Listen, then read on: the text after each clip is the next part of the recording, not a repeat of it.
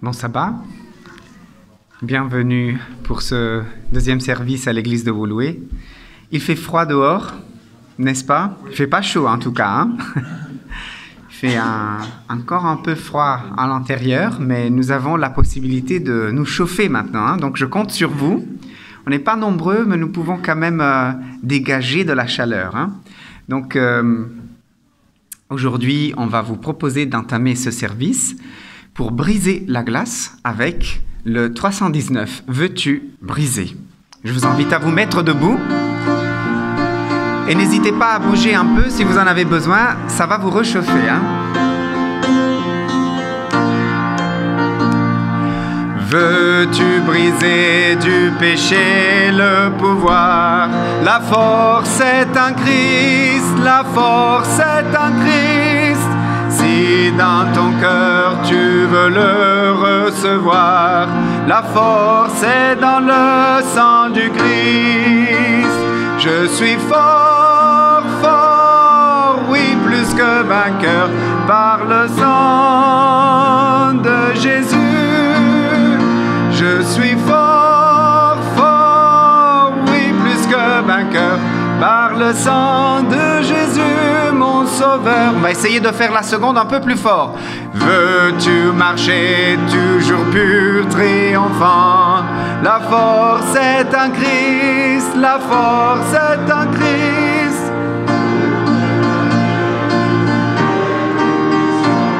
La force est dans le sang de Christ. Je suis fort, fort, oui, plus que vainqueur, par le sang de Jésus. Je suis fort, fort, oui, plus que vainqueur, par le sang de Jésus, mon sauveur. Veux-tu du ciel approcher chaque jour? La force est en Christ, la force est en Christ. Avec Jésus demeurer pour toujours. La force est dans le sang de Christ.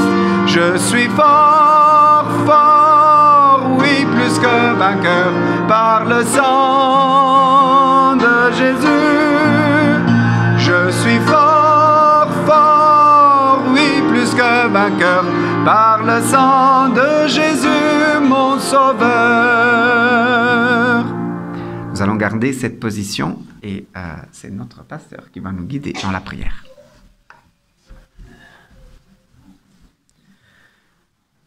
Seigneur, je te remercie pour ce sabbat matin parce que plusieurs personnes ont quand même pu venir ce matin malgré le froid, ont pu affronter ce froid qu'on n'a pas l'habitude d'avoir dans notre quotidien.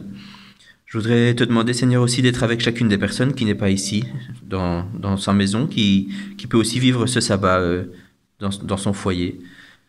Aide-nous à pouvoir vivre ce moment pleinement avec toi, que ce soit n'importe où que nous soyons, savoir que tu nous accompagnes aussi au quotidien. Et merci, Seigneur, pour ta présence. Je voudrais te demander aussi, Seigneur, de nous aider à pouvoir être attentifs au message qui va nous être délivré, qu'il puisse parler à nos cœurs et qu'on puisse recevoir ce message qui vient de ta part. Amen.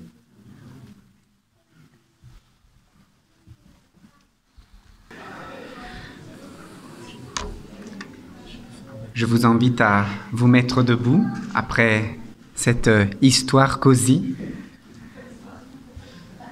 pour procéder avec notre louange. Juste avant d'écouter la lecture, nous allons avoir la possibilité de chanter ce cantique qui personnellement me fait toujours du bien. Ça me donne vraiment la possibilité de me mettre dans un état différent d'écoute. Donc, que ce soit aussi une prière avant de recevoir le message ce matin.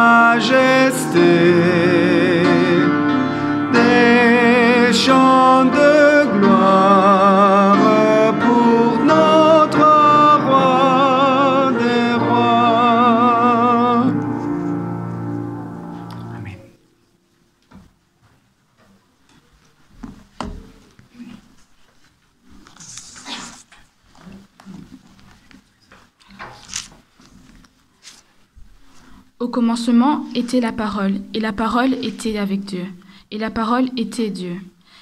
Elle était au commencement avec Dieu, toute chose a été faite par elle, et rien de ce qui a été n'a été fait sans elle. En elle était la vie, et la vie était la lumière des hommes. La lumière, lui, dans les ténèbres, et les ténèbres ne l'ont point reçue.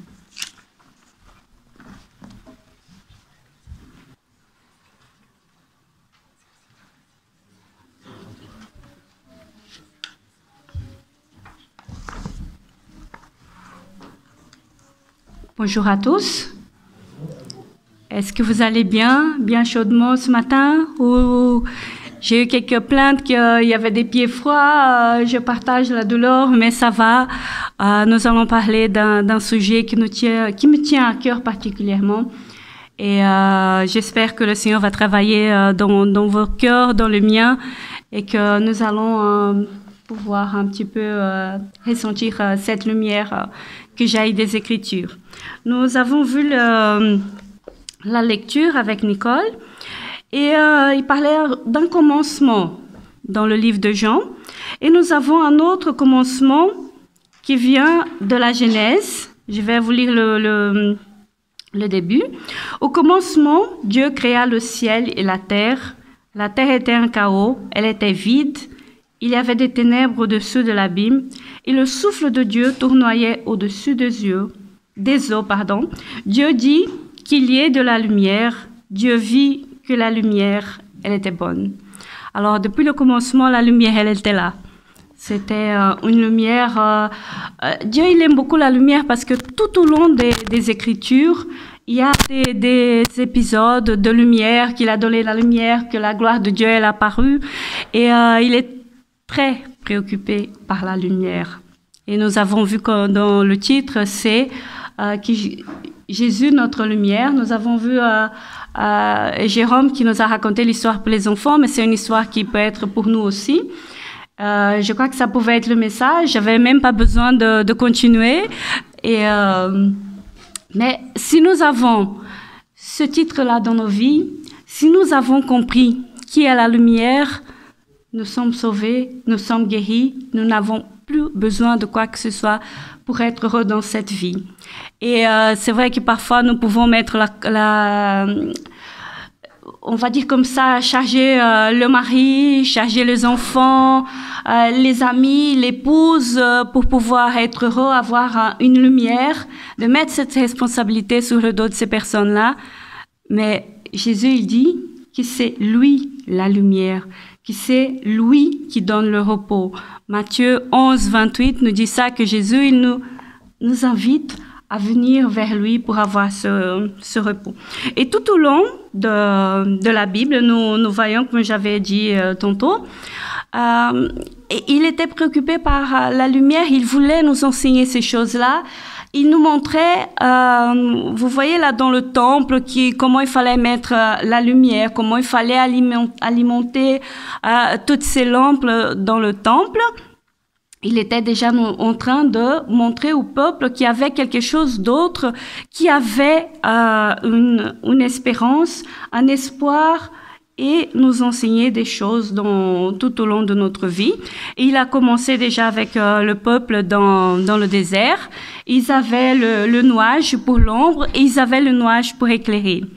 Et il essaye aujourd'hui de nous montrer aussi d'autres moyens d'éclairage. Et comme nous sommes dans la période festive, la période de Noël, c'est pas mon but de dire si c'est mauvais, si c'est pas mauvais, si Jésus il est né à cette période-là, ou si c'est pas le cas, c'est à vous de raconter ces histoires à vos enfants autour de la table cette année et de pouvoir expliquer un peu et raconter toutes ces histoires que nous croyons. Alors, on a fait un petit vol dans le désert, un petit vol dans la Genèse, et je vais vous lire ici un petit verset. Ésaïe 9. Le peuple qui marche dans les ténèbres a vu une grande lumière sous ceux qui habitent le pays de l'ombre de la mort. Une lumière a brillé. Et alors, Psaume 4, 7 nous dit ceci. Beaucoup disent, qui nous fera voir le bonheur? Fais lever sur nous la lumière de ta face, Seigneur. Psaume 27.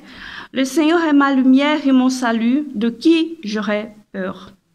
Alors, beaucoup de promesses déjà, beaucoup de réconfort par rapport à la lumière. Je fais juste une petite parenthèse pour les enfants. Est-ce que vous savez pourquoi est-ce que les mouches sont attirées par les lumières à l'intérieur de nos maisons? J'ai vu une petite tête qui dit non. Est-ce que les adultes le savent? Pourquoi? Une petite tête non? Oui? Alors, j'ai entendu une explication que les insectes sont guidés par la lumière du soleil et que le soleil et la lune, et quand il n'y en a pas, alors ils sont attirés par la lumière de nos maisons. Et surtout dans les pays chauds, ici on va un peu moins, mais je vois que quand je suis chez moi à la maison au Brésil, ici aussi c'est chez moi, hein, je précise, et que quand je suis chez moi au Brésil, il y a pas mal de mouches, de moustiques qui sont vraiment attirés par ces lumières et qui finissent par mourir parce qu'ils sont désorientés et qu'il n'y a pas moyen. Voilà. Cette semaine, pendant une petite pause, parce que la semaine a été chargée, je me suis mis sur le fauteuil, un petit quart d'heure, et le soleil, il donnait directement sur mon fauteuil à ce moment-là, et il faisait chaud, et il faisait bon, et j'étais là, je dis merci Seigneur, c'est un merveilleux petit moment que je peux ici me reposer un petit peu. Pour vous, quel est le moment que vous pouvez vous reposer, que ce soit auprès de Jésus, auprès de Dieu, l'Esprit, ou auprès de votre famille? Parfois, nous voulons un petit réconfort et nous essayons de parler avec un ami, avec une amie, avec quelqu'un de la famille, et le réconfort ne vient pas. Est-ce que ça vous est déjà arrivé de chercher un réconfort et ne pas retrouver? Je vois une petite tête qui dit oui. Et je fais aussi oui avec ma tête. Et avec ça, je vais vous raconter une histoire personnelle. Et on va perdre un petit peu des plumes, hein, parce que quand on raconte un petit peu son histoire, il y a des plumes qui tombent. Mais je voulais la raconter parce que ça pourrait aider quelqu'un. Ce n'est pas pour me dévoiler, parce que je suis quelqu'un de nature assez réservée. Le Seigneur a fait beaucoup de choses dans ma vie, mais ça reste encore un petit peu. Et cette histoire a commencé il y a 2-3 ans. Des périodes, je crois que des frustrations se sont accumulées. Je crois que si je peux mettre ici un gros pot pour montrer la quantité de frustration, ça allait un petit peu déborder. Mais le Seigneur fait grâce. Ce n'est pas pour vous décourager. L'histoire a commencé comme ça. En fait, c'est un peu comme Genèse, hein. L'histoire a commencé, mais quand on lit dans Jean, on dirait que l'histoire recommence. Et en fait, c'est tous les jours un recommencement. Je crois que quelques-uns sont impatients pour l'histoire, hein, parce que notre cerveau, il aime ça, hein, les histoires. Hein. Je ne vais pas raconter finalement l'histoire, c'était une blague. L'histoire a commencé il y a on va dire quelques années, 2-3 ans, plus ou moins. Les frustrations se sont accumulées et moi, je croyais que je gérais les frustrations. Et bon, la vie continue, les choses vont et viennent. Et j'ai commencé à ressentir une espèce de solitude, parfois de tristesse. Et je me disais, bon, ça va passer, comme un petit rhume, je ne sais pas, une grippe. Même les gros rhumes, le Covid, ça passe. Mais ça laisse quelques séquelles quand même. Et je sentais qu'il y avait quelque chose qui n'allait pas, mais je ne savais pas mettre le doigt dessus. Et à un moment donné, je parlais avec Daniel, mais Daniel, comme je disais au début, parfois on essaye de mettre sur la personne la plus proche, de trouver des solutions pour nous, mais ce n'est pas toujours le cas. Nous ne sommes pas tous formés pour ça. Parfois, l'autre personne, elle a aussi ses problèmes. Et je n'ai pas retrouvé de réconfort de ce côté-là. Mais il s'améliore, hein, c'est pas de sa faute. Hein. Il s'est fait 10 000 choses, mais pas celle-là, il ne pouvait pas. Et je continue à ne pas me sentir bien. Et je cherchais quelqu'un qui parlait, mais je ne voulais pas parler avec ma famille, parce que je voulais parler avec ma famille des choses du Seigneur, je voulais encourager. Je ne voulais pas accabler ma famille avec mes états d'âme. Et puis, je cherchais, je ne trouvais pas, je cherchais encore et je ne trouvais pas. Et j'étais là encore dans cette tristesse. Alors, j'ai eu une idée. Je dis, bon, je ne l'ai jamais fait, mais je vais demander à un pasteur, à un autre, hein, parce que je suis quand même mariée avec un. Et je vais demander au pasteur de l'église de pouvoir parler avec lui. Et il a accepté tout de suite. Il était très disponible. Et j'ai essayé de parler avec lui, mais avant de parler, j'ai commencé à pleurer, et je ne savais pas parler. Et je me suis dit, mais c'est un peu bizarre, parce que j'avais tellement besoin, envie de parler, et je n'arrivais pas. Alors, après cet épisode, je me suis dit, je ne suis pas comme ça, il y a un problème, moi je vais demander à quelqu'un de m'aider. Et le Seigneur avait déjà préparé le terrain, parce que une année avant, j'avais rencontré quelqu'un qui connaissait quelqu'un et qui pouvait m'aider de ce côté-là. Et j'ai commencé à parler avec cette personne. Une année après, je crois que même pas une année après, les choses se sont calmées. J'avais réussi à surmonter ces soucis de ce côté-là. Mais je tiens à souligner que je n'avais pas de problème spirituel. Ma foi, elle était intacte. J'ai demandé au Seigneur de m'aider. Il a trouvé les instruments qu'il fallait pour m'aider. Et la chose qui me manquait aussi, c'était que j'avais perdu la légèreté, la joie de vivre. Vous savez comment, quand on est avec des amis, qu'on peut rigoler et qu'on parle des bêtises et de n'importe quoi et qu'on se met à rigoler. Et moi, je voulais ça. J'étais quelqu'un de souriant et tout d'un coup, je ne savais pas profiter de ces choses-là et ça me manquait terriblement. Et Dieu, il a permis que la lumière revienne dans ma vie. C'était peut-être pas une lumière qui avait cessé de briller en moi parce que j'avais eu beaucoup de frustrations. Et vous savez que les frustrations, elles peuvent piéger. Je me suis dit, bon, j'en avais très grosses frustrations dans ma vie que je pouvais dire. Et puis en cherchant, j'ai commencé à trouver des autres qui se sont rajoutés. Je oh non, là j'arrête. Là, c'est pas ça qui va m'aider. Et c'est passé. Dieu, il est là, il peut guérir les cœurs, il peut guérir les frustrations. Ne laissez pas les tristesses s'accumuler dans vos vies, parce qu'elles vont venir, elles vont... parfois, on ne se prend pas garde.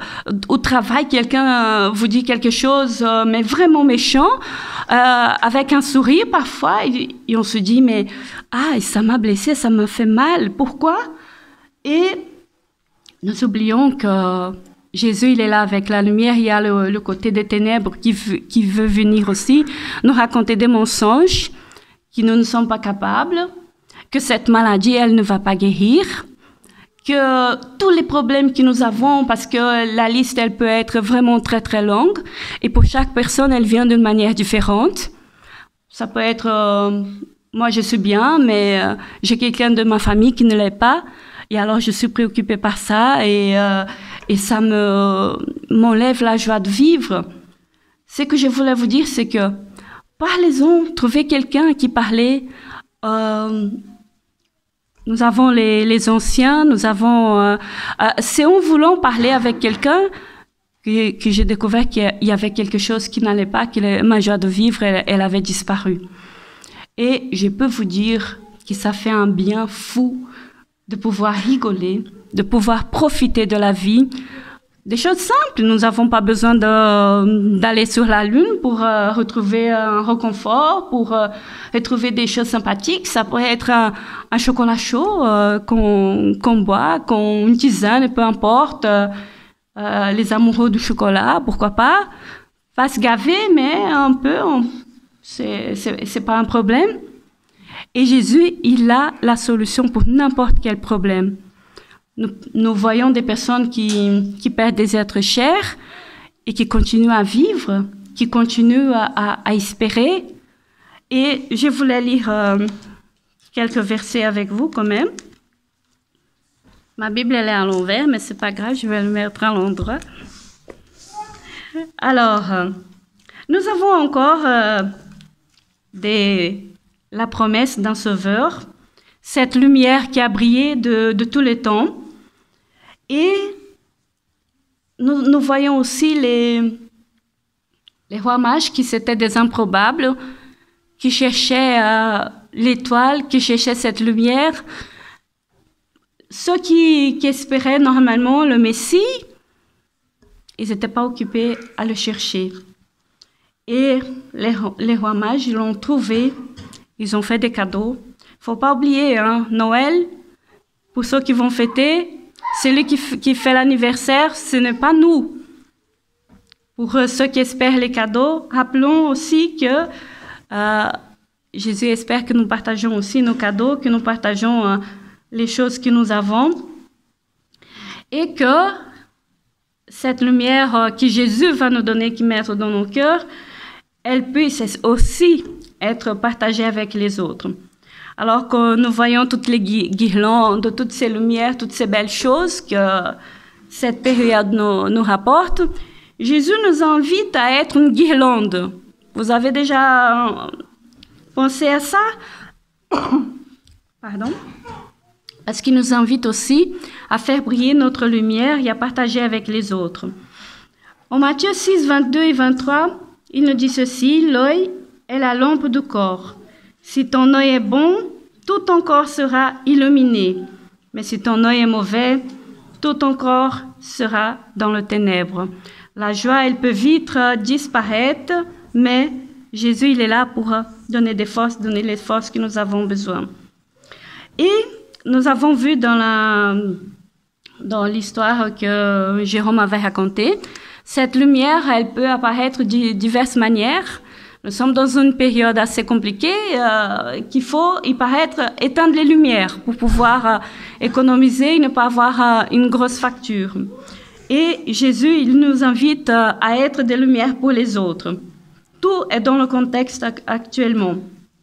Il dit: c'est moi qui suis la résurrection et la vie. Celui qui met sa foi en moi, même s'il meurt, il vivra. C'est quand il était en train de parler avec Marthe. Et Marthe, elle était triste. Elle ne savait pas qu'est-ce qu'elle devait comprendre de la mort de son frère. Et Jésus, c'est lui-même qui dit, quand Jésus dit, nous devons vraiment prêter attention, celui qui met sa foi en moi, sa confiance en moi, même s'il meurt, il vivra. Et quiconque vit et met sa foi en moi, Jésus lui dit, ne mourra jamais. Alors il demande à Marthe: Marthe, est-ce que tu crois cela? Et elle dit: oui, Seigneur, je le crois. Est-ce que vous croyez que Jésus, il est la lumière et que même s'il y a des circonstances que nous ne comprenons pas, des circonstances difficiles, que ce soit, peu importe, je vais énumérer quelques-unes ici, des grosses frustrations que j'ai mentionnées, un souci dans le travail, une tristesse, un manque de foi, une angoisse à propos de quelqu'un ou de quelque chose, des soucis d'argent, un harcèlement à l'école, au travail, dans la rue, je ne sais pas quel est le souci qui t'accable le plus. Ça peut être la fatigue, ça peut être le contrôle. Nous voulons tellement avoir le contrôle des choses que nous sommes fatigués. Et Jésus, il dit: allez, viens, prends mon repos, prends ce que j'ai envie de te dire. Ne te laisse pas trop accabler par toutes ces choses-là. Et Marthe, elle répond, « Oui, Seigneur, moi je suis convaincue que c'est toi qui es le Christ, le Fils de Dieu, celui qui vient dans le monde. » En Jean 12, 35, Jésus leur dit encore, « La lumière est encore parmi vous pour un peu de temps. Marchez pendant que vous avez la lumière pour que les ténèbres ne vous surprennent pas. Celui qui marche dans les ténèbres ne sait pas où il va. Pendant que vous avez la lumière, mettez votre foi en la lumière pour devenir fils de la lumière. » Et en Jean 12, 48, il ajoute, « Moi, la lumière, je suis venu dans le monde. Pour quiconque met sa foi en moi, ne demeure pas dans les ténèbres. » Il est toujours en train de nous montrer un autre chemin. Apocalypse 12, 16, il dit, « Moi, Jésus, j'ai envoyé mon ange pour vous apporter ce témoignage au sujet des églises. C'est moi qui suis le rejeton et la postérité de David, l'étoile resplendissante du matin. » Alors, il parle beaucoup de lumière, beaucoup d'espoir, beaucoup de lumière qu'il veut nous apporter dans nos vies. Apocalypse 1:12, il parle, je parlais d'Apocalypse 1:12, c'est parce que quand Dieu il donne les instructions pour mettre les lampes dans le temple, il y avait vraiment des instructions très très claires. Et il y a un fil rouge qui vient dans toute la Bible. Et ici, Jean, il a des visions et il voit Jésus en train de marcher entre ces lampes. C'était les lampes des églises. Et il est aussi préoccupé par toutes ces choses-là. Jean, il était un peu étonné. Et il se retournait pour voir celui qui parlait avec lui. Et quand il dit, quand je me fus retourné, je vis 7 porte-lampes d'or et au milieu des porte-lampes, quelqu'un qui ressemblait à un fils de l'homme. Alors il parle ici de Jésus. Et Jésus, il est en train de nous montrer tellement de choses dans nos vies. Il veut que nous fassions un pas. Chez nous, on a un petit peu... La devise, ça va un peu plus vers la sanctification, de toujours faire un pas plus grand, de toujours s'améliorer dans ce que nous faisons. Peu importe si on nettoie la table aujourd'hui, demain on doit nettoyer la table un peu mieux, et de toujours faire ce pas-là, que ce soit dans nos vies de tous les jours, dans notre vie spirituelle, dans nos études, dans notre approche avec les autres.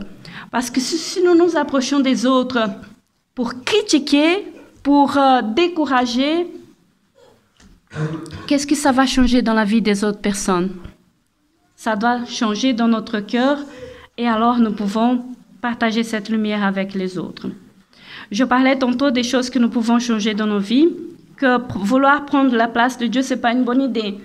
Nous n'avons pas la capacité, nous allons critiquer, conseiller, ça va être des conseils que nous ne connaissons ni le passé ni le futur, ni le présent d'ici quelque peu, nous ne savons pas qu'est-ce qui va arriver et nous voulons conseiller. Ne pas prendre la place de Dieu. Et si quelqu'un a un souci de solitude, qu'il demande à Dieu de combler cette solitude.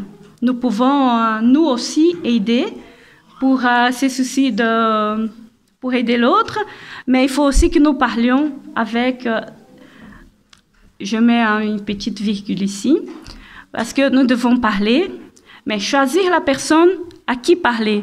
Si nous voyons que la personne, elle parle déjà sur le dos de tout le monde, qui parle de tout ce qui arrive à tout le monde, nous n'allons pas aller raconter à ces personnes-là nos soucis, des histoires personnelles que nous ne voulons pas ébruiter. Alors, il faut toujours rester avec prudence. Et aussi, si nous sommes en larmes, en colère, que nous ayons des injustices, demandons au Seigneur de nous éclairer dans ces côtés-là de nos vies. Et il est capable d'éclairer n'importe quel côté de nos vies, de nos difficultés. Et l'enthousiasme, il peut revenir. J'avais perdu l'enthousiasme et ça me manquait énormément. Vous savez, quand il faut faire quelque chose que nous faisons à moitié parce que ce n'est pas intéressant, nous n'avons pas la force, nous n'avons pas l'envie. Et c'est triste. Mais quand on retrouve l'enthousiasme, c'est quelque chose de merveilleux. Et Jésus, il va nous donner sa paix, son courage, sa joie.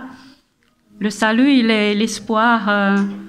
Nous sommes censés déjà l'avoir, mais parfois on les perd. On est dans une pièce noire et on essaie de retrouver la sortie et nous ne trouvons pas. Et il veut nous donner une vie en abondance. En Apocalypse 22, 5, et je vais conclure par ce verset et le deuxième que je vais lire. Apocalypse 22, 5, il dit « La nuit ne sera plus et ils n'auront besoin ni de la lumière d'une lampe, ni de la lumière du soleil, car c'est le Seigneur Dieu qui les éclairera et ils régneront à tout jamais. » En 2 Pierre 1,19, comme à une lampe qui brille dans un lieu obscur jusqu'à ce que le jour se lève et que l'étoile du matin se lève dans nos cœurs. Laissons Dieu nous éclairer dans n'importe quel domaine dans nos vies. Il a le pouvoir et il veut le faire. Que le Seigneur nous garde et nous bénisse en son nom. Amen.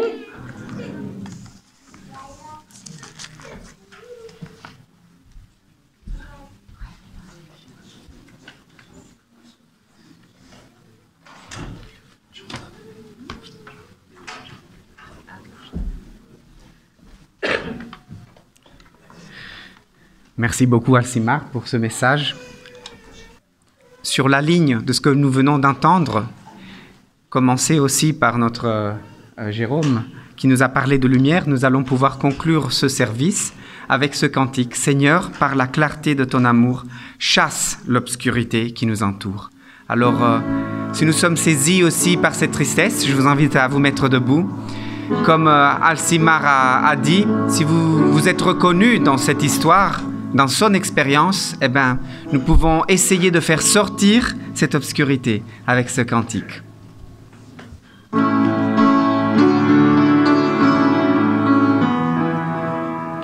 Seigneur, par la clarté de ton amour, chasse l'obscurité qui nous entoure.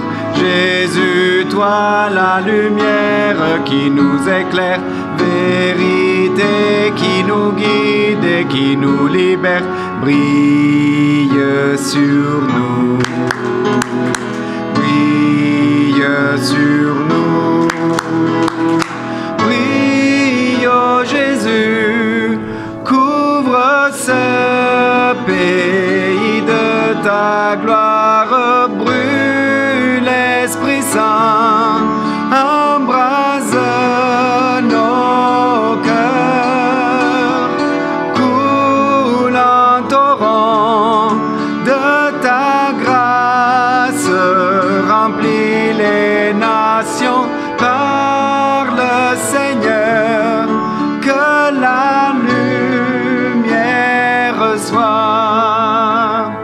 Seigneur, tu me conduis en ta présence, de la nuit dans l'éclat de ta puissance.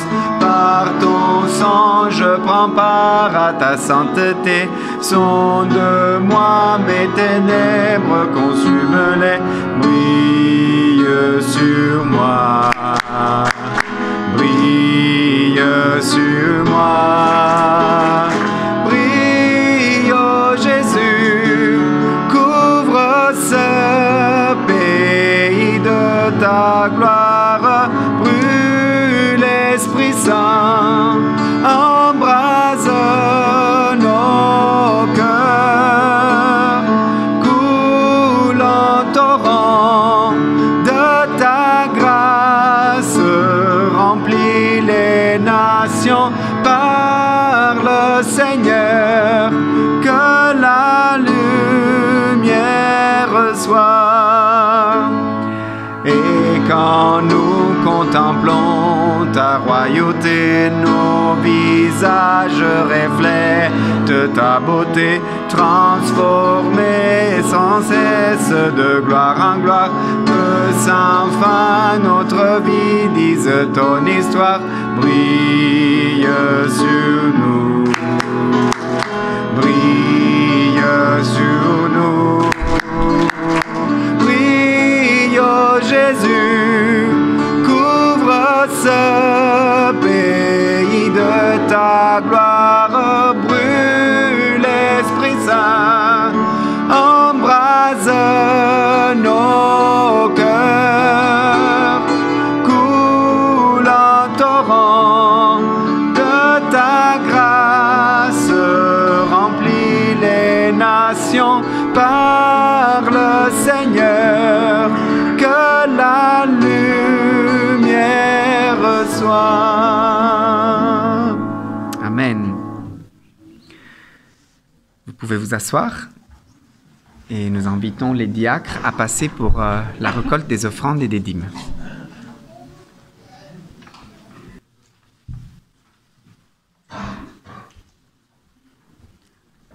Lèvons-nous pour faire la prière, s'il vous plaît.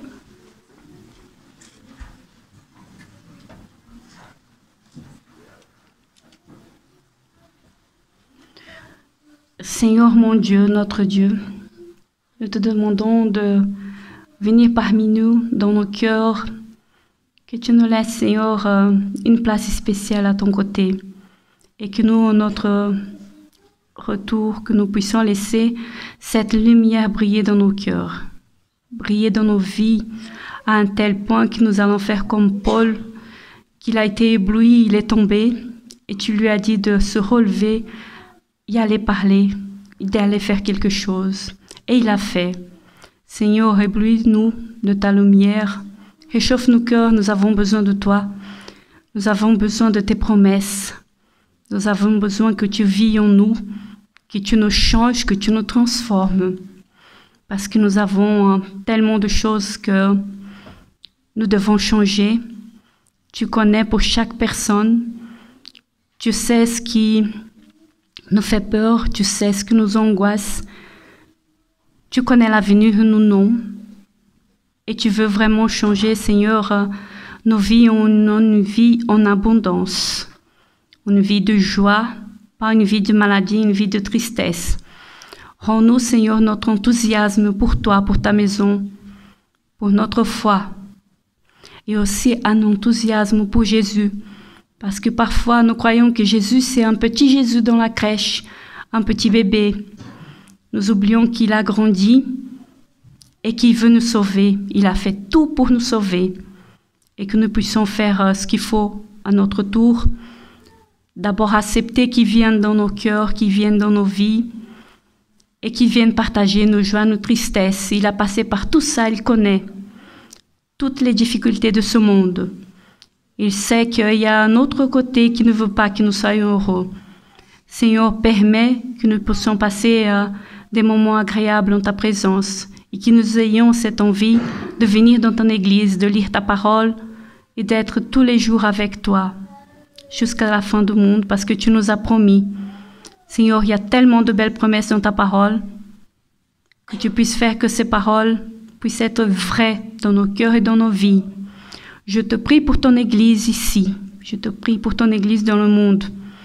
Seigneur, que nous puissions permettre à l'Esprit de faire le travail. Ne pas mettre des bâtons dans les roues du Saint-Esprit, parce que c'est ce que nous faisons souvent. Que nous puissions laisser faire le Seigneur à sa manière. Merci pour ton amour, pour ta grâce, ta fidélité, ta miséricorde. Viens dans nos cœurs, dans nos vies. Merci, merci Seigneur, au nom de Jésus. Amen.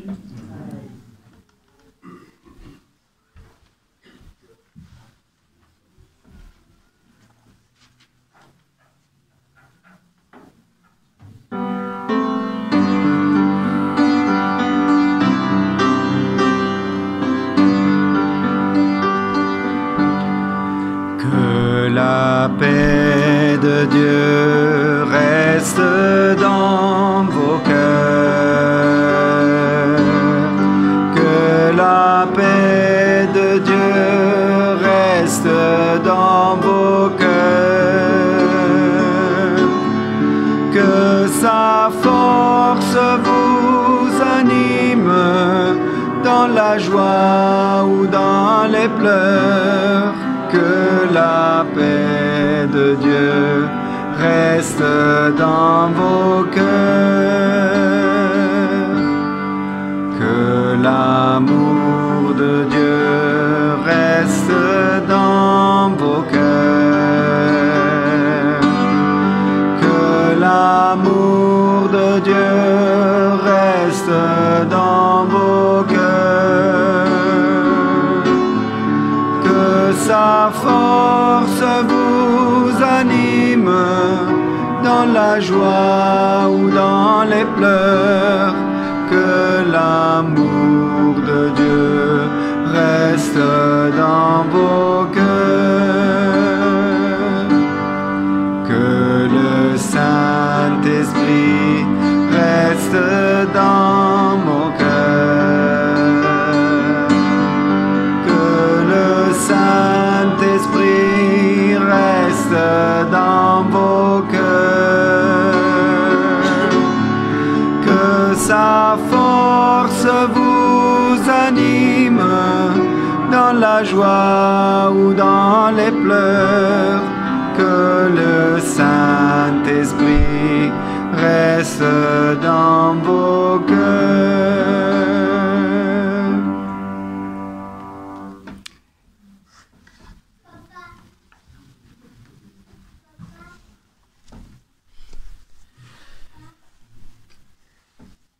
La nuit ne sera plus, et ils n'auront besoin ni de la lumière d'une lampe, ni de la lumière d'un soleil, car c'est le Seigneur Dieu qui les éclairera, et ils régneront à tout jamais.